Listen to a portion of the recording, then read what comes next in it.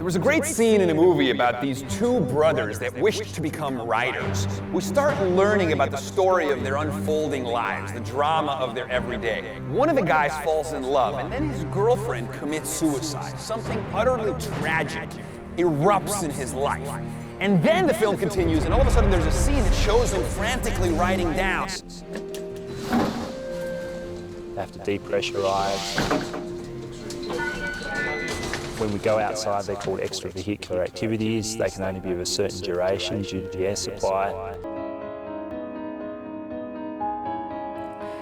So we think of ourselves as dynamic, autonomous creatures that have agency and free will, right? We move about the world and things don't influence us because we have free will, is doing. Well, I mean, I would say what we are hoping to do is start a conversation and build a community of people that are of like minds, that are passionate as well about the upper limits of human possibility. The upper limits of human possibility. I mean, one of the things that you guys are going to talk about, you and Steven Kotler in your new book, is the altered states economy, right? Yeah, for sure. Working with clinical collaborators, we've been looking at whether behavioural interventions can also interfere with the reconsolidation of memories. Now, how would that work? Well, we know that it's basically impossible to do two tasks at the same time if they both depend on the same brain region for processing. Think trying to sing along to the radio while you're trying to compose an email. The processing for one interferes with the other. Well, it's the same when you retrieve a memory, especially in edit mode. If we take a highly visual symptom like flashbacks in PTSD and get people to recall the memory in edit mode, and then get them to do a highly engaging visual task like playing Tetris, it should be possible to introduce so much interfering information into that memory that it essentially becomes meaningless. Now, the first thing that you need to know about designing at scale is that the little things really matter. Here's a really good example of how a very tiny design element can make a big impact. Now, the team at Facebook that manages the Facebook Like button decided that it needed to be redesigned. The button had kind of gotten out of sync with the evolution of our brand, and it needed to be modernized.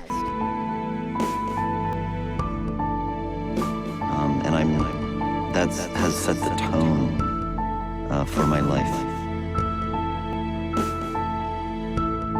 I'm walking down that trajectory, those steps, developing technology, design, trying to eliminate my own disability and ultimately the disability of others. It changed our story, our narrative. It upgraded our self-image. It expanded our consciousness. New maps for new realities, as they say. Astronauts in orbit call this experience the overview effect, a boundary-shattering sense of revelation and global interconnectedness, where we shake off our petty differences and emerge with a sense of global responsibility, global consciousness, and global citizenship. He does work on the ideology and values and morals of different people to see how they differ. And he's shown, for example, that conservatives and liberals have a very different emphasis on what they think is important. For example, John Haidt has showed that liberals care about poverty 59% more than they care about economic liberty. And that's not a limitation, that's just a feature of us as a species. We are animals, and animals operate based on their empirical senses. So take a deer in a forest. A deer in a forest has the eyesight, the smell, and the hearing that it needs to survive. By being able to raise and lower the reservoir level inside the dam, I think we can come up with better systems to enable fish to pass through existing dam structures. Some of the technologies we've developed here can reduce evaporation by something like 70%. So this could be potentially a win-win situation where we get to conserve more of our water and also have the opportunity to generate energy at peak power demand periods. We need to change the way we feel. We need to learn how to feel proud instead of ashamed when we notice we might have been wrong about something. We need to learn how to feel intrigued instead of defensive when we encounter some information that contradicts our beliefs. Mankind the species that overcomes and transcends limits. Humanity is ushering in its transhumanity by potentially solving the problem of energy. A self-sustaining synthetic star. The dream, to get more energy out of it than you put in. So whether it ends up working, we shall find out. But just the idea of it, I couldn't think of something more magnificent. But interestingly, as cities began to enforce clean air regulations on coal-burning businesses, the level of carbon particles found on the birds decreased, indicating an increase in air quality overall. And as I say, it's kind of about how does the audience experience the work. Tanya, my wife, the choreographer, is choreographic style is quite abstract. So initially I started to use technology to enhance the meaning and to kind of clarify things for people. How much would you keep if all you had was 2 pages? Not much of it, actually. And I see people in all kinds of organizations, businesses, government, not-for-profits, who spend enormous amounts of time reacting to superficial stuff, instead of having the judgment and the wisdom and the perspective to say, this is wheat, this is chaff. People that many were. You will be blown away by where this life can take you, where you can end up. Your goals take shape the minute they enter your brain.